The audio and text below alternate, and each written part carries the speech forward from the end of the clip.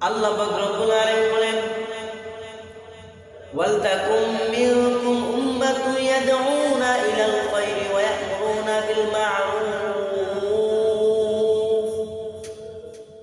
বিল মা'রুফ ওয়া ইয়ানহাউনা আনিল মুনকার ওয়া উলাইকা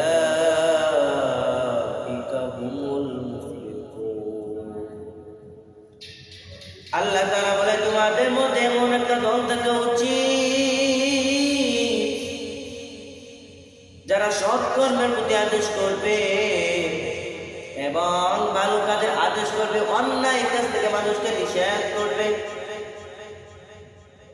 আল্লাহ তাআলা বলে, উলাইকা হুমুল মুফলিহুন, এবং তারাই হলো সফল কামিয়াব।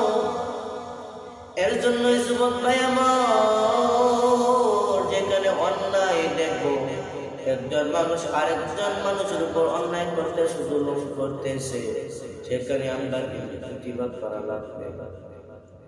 যেখানে একজন মানুষ আরেকজন মানুষকে কষ্ট দিচ্ছে,